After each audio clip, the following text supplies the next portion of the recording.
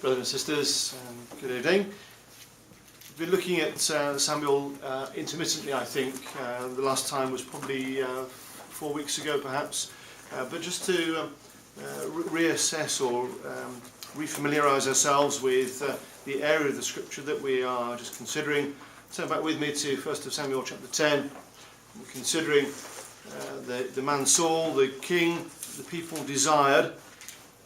And we're introduced to Samuel taking this vial of oil and poured it upon the head of Saul and kissed him and said, "Is it not because the Lord hath anointed thee to be captain over his inheritance?" And so we are introduced to Saul and the various signs which are given to him to encourage him on the right way. And verse 3, then shalt thou go on forward from thence, thou shalt come to the plain of Tabor, there shall meet thee 3 men going up to God to Bethel, one carrying 3 kids, and another carrying 3 loaves of bread, and another carrying a bottle of wine. They will salute thee and give thee 2 loaves of bread, which thou shalt receive of their hands. And after that thou shalt come to the hill of God, where is the garrison of the Philistines, and I believe that's significant. And it shall come to pass, when thou art come thither to the city, that thou shalt meet a company of prophets coming down from the high place with a psaltery and a tabret, pipe and harp before them, and they shall prophesy. And so the Spirit of the Lord comes upon Saul in that experience also, and we get this rather peculiar proverb later on in the chapter, is Saul also among the prophets? So Saul is anointed to be the king over God's people. You remember how the people are desirous for a king, that they might be like the nations that are around them. Well, there is not too much warmth initially, it seems, to the appointment of Saul, but something dramatic and significant occurs in chapter 11. We're introduced to Nahash, the Ammonite, who comes up and encamps against Jabesh Gilead, makes war against, or threatens to make war against that particular place. And messengers are sent to Saul requesting help and so on. So the messengers of Gibeah, then came the messengers to Gibeah of Saul, verse 4, told the tidings in the ears of the people. All the people wept. Saul came after the herd out of the field, discovers the cause of the weeping and so on.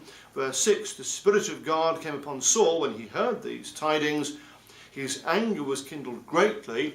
He took a yoke of oxen, hewed them in pieces, sent the pieces throughout the land to gather together the armies of Israel. And this galvanizes the nation to action. And they come, and the battle is joined. Nahash and the Ammonites are routed, and Saul is exalted, and this the position of Saul suddenly changes. Verse 12, the people said unto Samuel, "Who is he that said, shall Saul reign over us? Bring the men that we may put them to death." And Saul said, "There shall not a man be put to death this day, for today the Lord hath wrought salvation in Israel." So there clearly was an animosity or a reluctance to appoint Saul properly as the king and be accepted as the king. But with this great military victory, the thing that they've been looking for, suddenly Saul is our man, he is our king, and we are absolutely going to follow him, is the thrust, I believe, of what occurs. And on the basis of this military victory, there is a desire to go and renew the kingdom. Verse 14 of chapter 11, then said Samuel to the people, "Come, let us go to Gilgal and renew the kingdom there." It was time to re-energize and appoint Saul as the leader, as the king. And so Samuel gives his address in verse 12 to set forth his righteousness before the people and his integrity, the people acknowledge his integrity in all of these things as he recounts some of the history of the people. And the commitment is made that they might serve the Lord and appoint Saul as the king.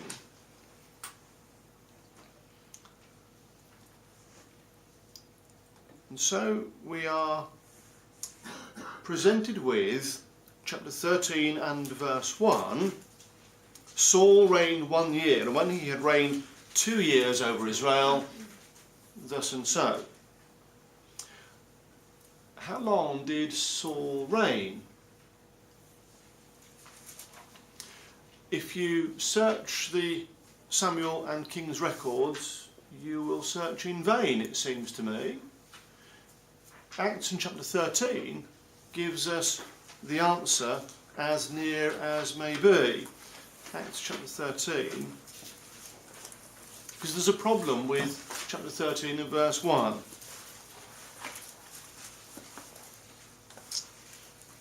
So we have Paul preaching, and at verse 20, after that he gave unto them judges about the space of 450 years until Samuel the prophet, so we're very familiar with him. And afterward they desired a king, and God gave unto them Saul the son of Kish, a man of the tribe of Benjamin, by the space of 40 years. And when he had removed him, he raised up unto them David to be their king. So Saul, I suggest to you, is reigning on the throne for some 40 years. So, turn back with me to chapter 13 of Samuel. How long has Saul been reigning at the point at which we now find ourselves? And indeed, when does the reign of Saul actually begin? We've had the anointing of Saul in the very first instance, but then we've got this battle with Nahash and the military victory which occurs then, and the renewing of the kingdom which occurs at the end of chapter 11. So does the beginning of Saul's reign occur at that point? The various translators have a great deal of difficulty with chapter 13 and verse 1. The numbers, oddly, are incomplete in the various manuscripts. And so various attempts have been made to make this into a greater number of years because it has this construction style of the King's records in general, where it gives you the period of time of the reign of the king. But nowhere else in the record concerning Saul does that occur. So did all these things happen in the first year, relative to the battle with Nahash or not? And there's a kind of, lots of ink has been written on or used in writing concerning this, and I'm not sure I've got a particular resolution for it, to the point where actually I think one manuscript misses it out altogether. So did these things happen on the previous year? Possibly so. And there seems to be a turning point at the point of his reign as we then introduced to what Saul actually does. He brings together a number of troops. Saul chose him 3,000 men of Israel. This seems to me to be the standing army that are supporting Saul. There are 3,000 men of Israel. There are 2,000 with Saul in Michmash and in Mount Bethel, and 1,000 of that 3,000 were with Jonathan in Gibeah of Benjamin. Of course, when he'd cut up the yoke of oxen, sent the pieces, gathered the army out of the country, there were a great company. There's an extremely large army, which Saul manages to bring together, verse 8 of chapter 11, there were 300,000, and the men of Judah 30,000. That's an extremely large army.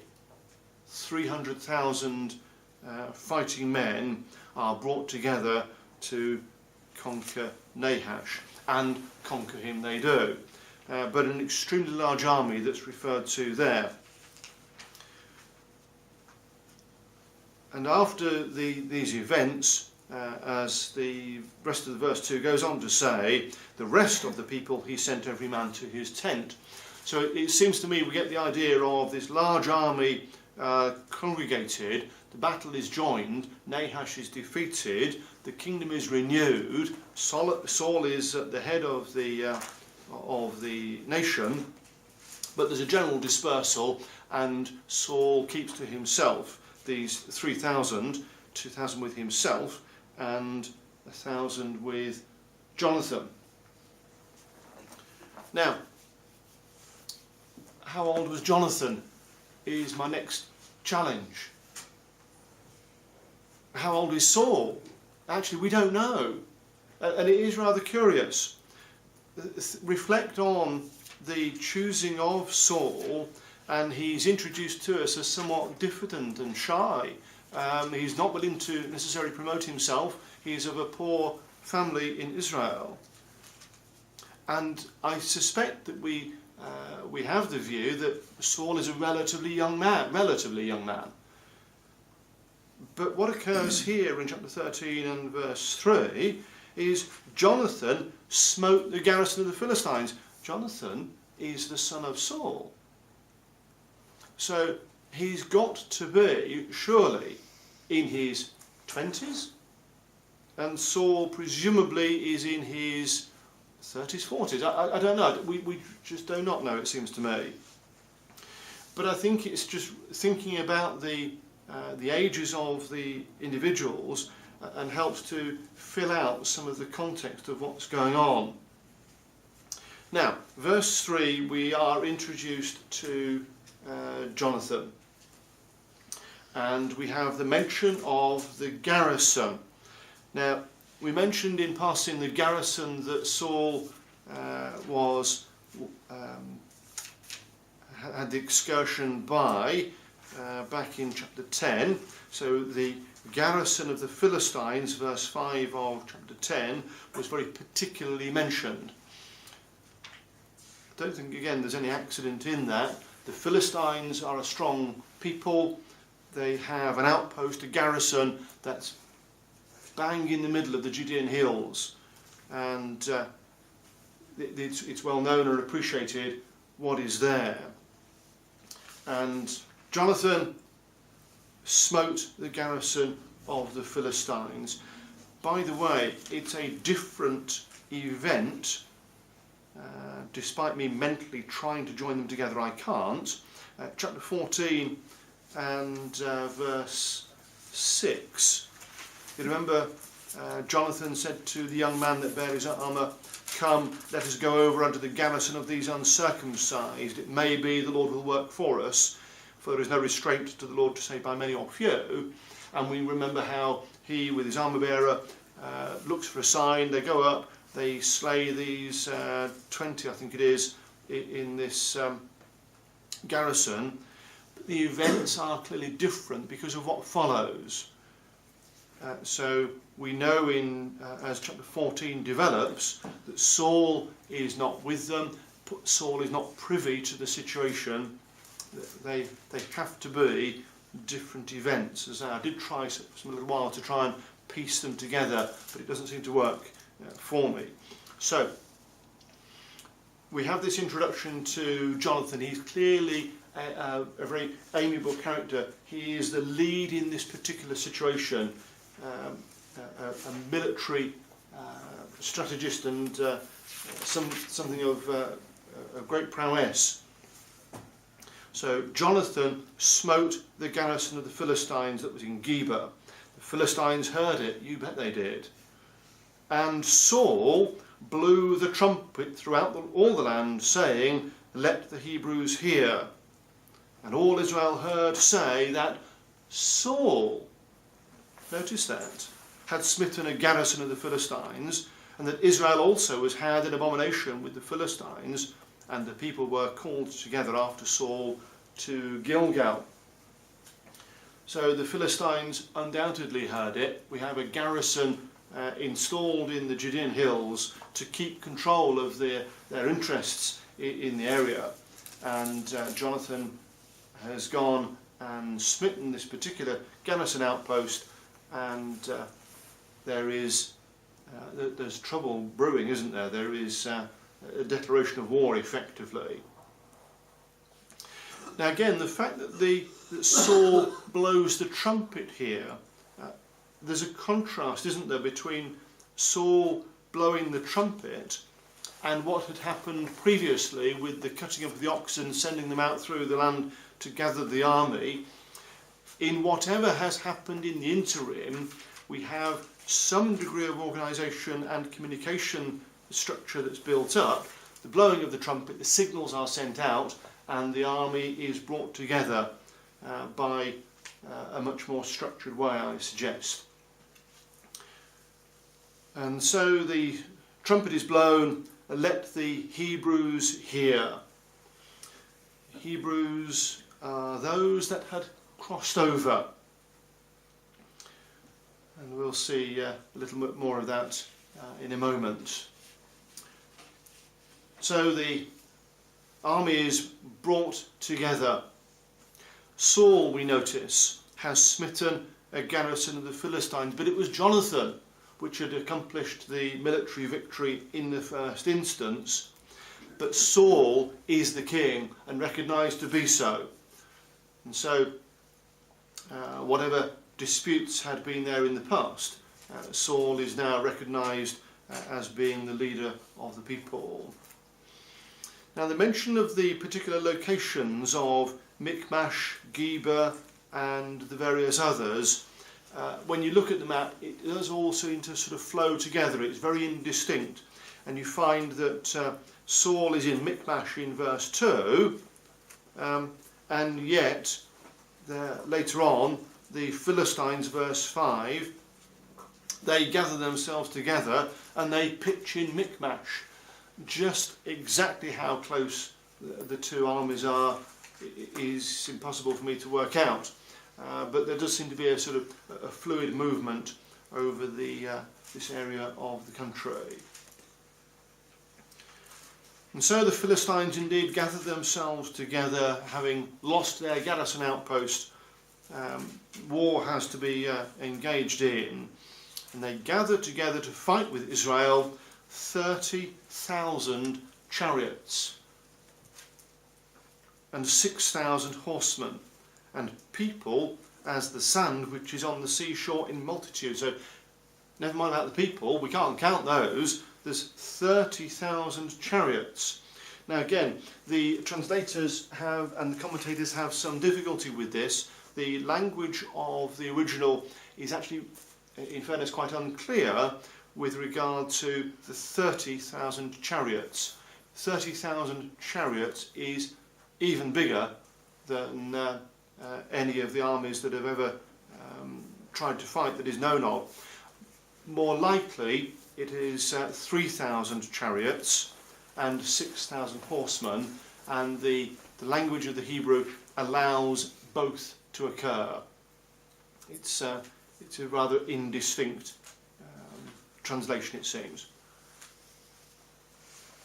But be that as it may, the army is gathered and Israel find themselves in a great strait. There's a sudden, perhaps, realisation of just what level of battle they're about to be engaged upon. Smiting the garrison which is in your locality, that was kind of okay, but the provocation, the Philistines heard it, gathered their troops, mustered the troops, and the Saul and his people suddenly realise the situation that they're in. And as we've read already, the people were distressed, verse 6. and they hid themselves in high places in pits, and Saul now sees his army melting away from him. Verse 7, and some of the Hebrews went over Jordan. And it's one of those curious features of the Hebrew language. Hebrews is those that crossed over. It's first used concerning Abraham. And the went over is actually a variation of crossed over or Hebrew. So the Hebrews Hebrewed the Jordan. They crossed over, as it were, twice over. And Saul remains steadfast in Gilgal, but the people that followed him did so trembling. And then we come to what is the pivotal point or the thing of the chapter. He, Saul, verse 8, tarried 7 days according to the set time that Samuel had appointed, but Samuel came not to Gilgal, and the people were scattered from him. So we see again that how Saul is losing track, losing control of his army. He's had a terrific victory with Nahash. The people have initially rallied behind him, but in this situation now, when they see the size of the Philistine army which has come against them, they suddenly realise that they're no match for him, or for them. So, tarried 7 days, according to the set time that Samuel had appointed. When did Samuel make this appointment? Well, have a look with me at chapter 10 and verse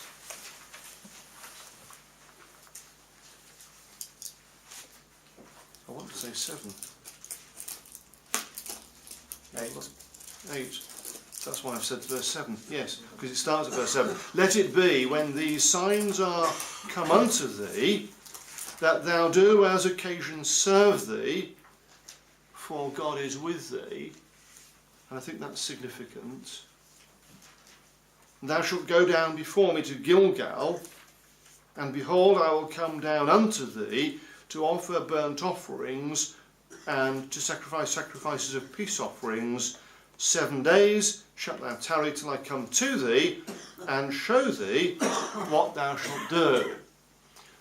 There is a striking connection between the two things, and the way in which they're recorded for us, they have to be connected, surely. But we have this time problem between the two events, it seems to me, which I haven't necessarily fully reconciled in my mind, because in between chapters 10 and 13 we have the battle with Nahash, and we've got various things which have occurred which is longer than 7 days. Of that there is no doubt. But I want to come back to verse 5 of chapter 10, and we remember noticing the mention of the garrison of the Philistines. And then at verse 7, let it be, when these signs are come unto thee, that thou do as occasion serve thee, for God is with thee. And I wonder, and I think I want it to be so, but I can't prove this. I wonder whether the doing as occasion serve thee is actually the battle concerning the destruction of the garrison of the Philistines, which occurs between himself and Jonathan. Jonathan smote the garrison of the Philistines.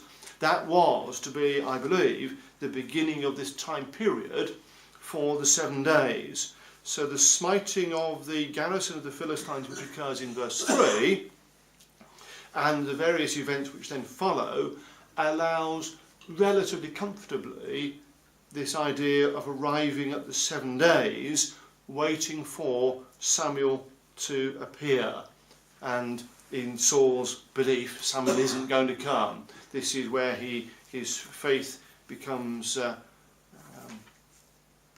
inadequate for the task which is there. So I haven't got that fully formulated, but I think there's something going on with this chapter 10 verse 5, in the garrison of the Philistines, doing as occasion served thee in verse 7, and the 7 days which are there mentioned. Perhaps have the opportunity to explore that further later. And so the situation is, as we have read in verse 8, and the people scatter from him. Saul says, bring a burnt offering to me, peace offerings, and he offered the burnt offering. And we can see readily the presumption which Saul makes here, taking to himself the responsibility which was for the priests alone. He offered the burnt offering. And so verse 10 we find Samuel arrives. It's almost this sort of poetic thing. As soon as the offering is made, Samuel turns up, and it's still within the 7 days. Again, of that there's no doubt. The language of the 7 days, which occurs early on in verse 8, is the beginning of the day. So what we're seeing is Saul's lack of faith concerning Samuel's ability to turn up and to make the offerings at the right time. As it came to pass that as soon as he had made an end of offering the burnt offering, behold, Samuel came. Saul went out to meet him that he might salute him. The response which Samuel gives is a classic technique of the scriptures and a very powerful set of questions. What hast thou done? Recognise the question, don't we? Let's do a quick bit of Bible page turning. Genesis 3 and verse 13. Genesis 3:13. The Lord God said unto the woman, what is this that thou hast done? The woman said, the serpent beguiled me, and I did eat. She had an excuse for the what hast thou done. It's not my fault, it was the serpent. The serpent beguiled me, and I did eat. Chapter 4 of Genesis. These are the first occurrences of this particular structure. What hast thou done? Genesis 4 and I've lost it, verse 10. The Lord said, verse 9, unto Cain, where is Abel thy brother? And he said, I know not. Am I my brother's keeper? And he said, what hast thou done? The voice of thy brother's blood crieth unto me from the ground. And Genesis 12 and verse 18, Pharaoh speaking to Abram concerning Sarah. Pharaoh called Abram and said, what is this that thou hast done unto me? Why didst thou not tell me that she was thy wife? So what hast thou done occurs these few times, and the question is intended to provoke a realization on the part of the transgressor, isn't it? Questioning in that way is an extremely powerful way of creating in the heart of, or in the mind of the listener, the transgressor, that attitude of repentance and the opportunity to confess. Saul, interestingly, uses exactly the same construction, chapter 14, verse 43. We didn't want to transgress into that chapter too far, but chapter 14 and verse 43, Saul said to Jonathan, tell me, what hast thou done? Jonathan told him and said, I did but taste a little honey with the end of the rod that was in mine hand, and lo, I must die. So again, the same questioning technique is there used. So, presented with the question, what sort of response is Saul going to give? Saul said, because I saw that the people were scattered from me, and that thou camest not within the days appointed. Oh, it's your fault. And that the Philistines gathered themselves together at Michmash. Therefore I said, the Philistines will come down now upon me to Gilgal, and I have not made supplication unto the Lord. I forced myself, therefore, and offered a burnt offering. So he's weakened by the dispersal of the people. Samuel has not come, and Saul loses his confidence in the situation. And he can see the Philistine army, and he's overwhelmed by the situation which is against him. And this is the extraordinary and the acute test of faith which is presented to Saul. It's almost as though he blames Samuel for not turning up at the time that he wanted him to be there. And he seeks to justify himself. I haven't made supplication unto the Lord. What did you expect me to do? And I forced myself. It wasn't an easy thing. And the language actually is I was constrained. And the language is exactly that. I forced myself. This is what Saul says.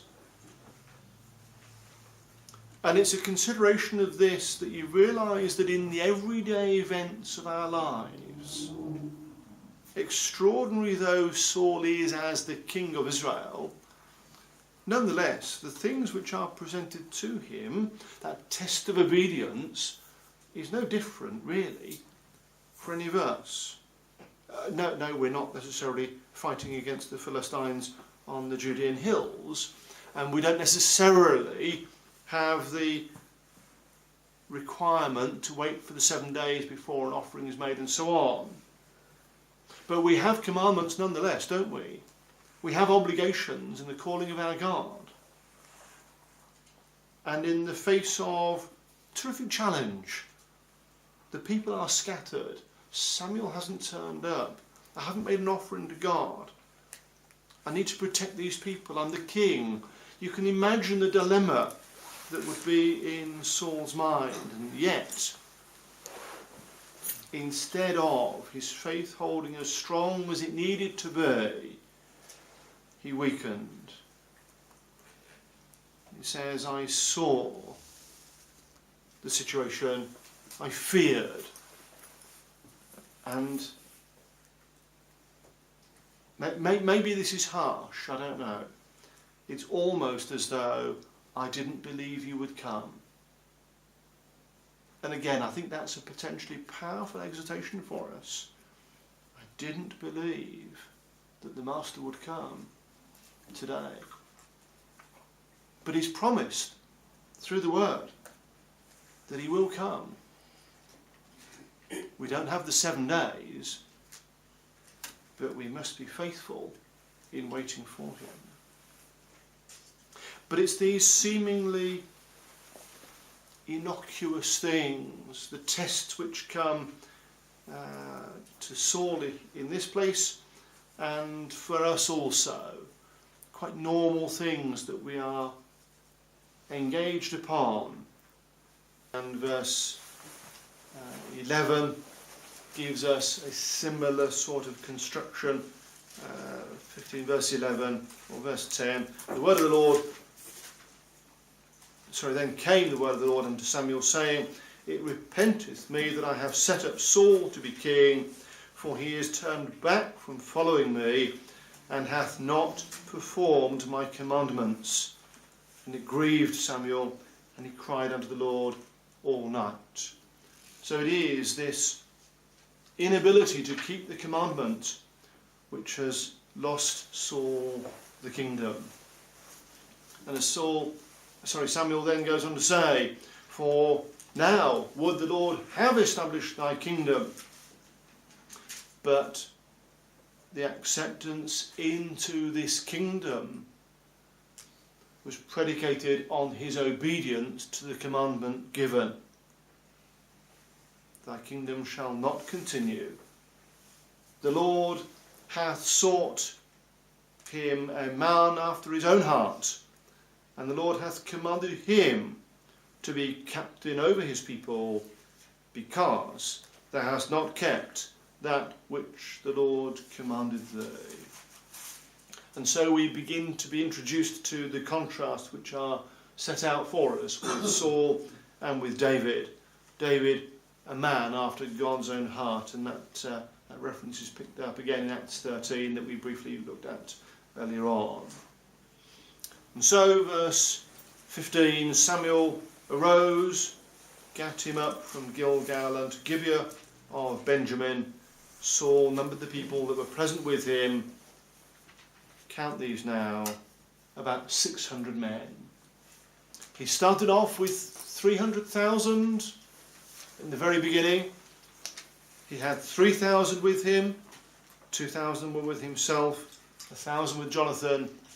He now has but 600. Samuel has gone. Saul and Jonathan, verse 16, and the people that were present with them abode in Gibeah of Benjamin, but the Philistines encamped in Michmash. They established themselves, they were stronger than ever. And with this degree of confidence, shall we say, which the Philistines have, spoilers are sent out of the camp, verse 17, and they raid in various different directions and weaken the Israelites who are there. And so as the chapter begins to draw to a conclusion, we find that there is no smith found throughout all the land of Israel. They're not able to look after the implements of warfare. They don't have the ability to wage war at the right level.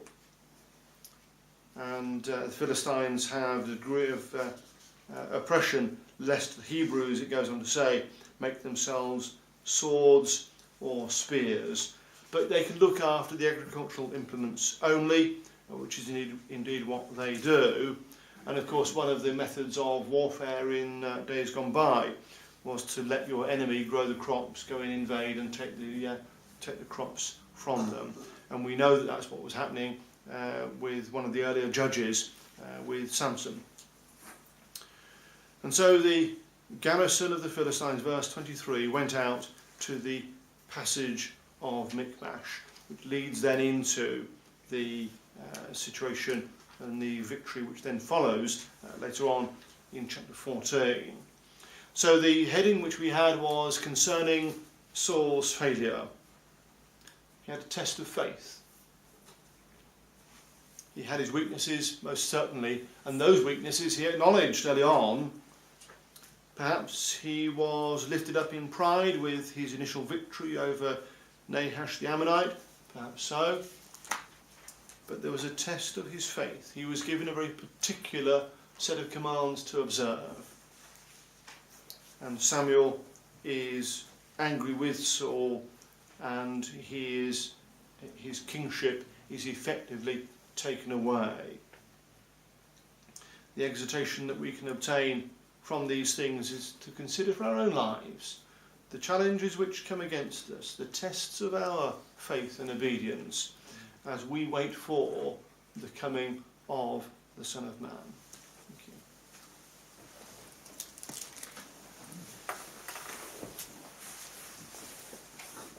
Thank you.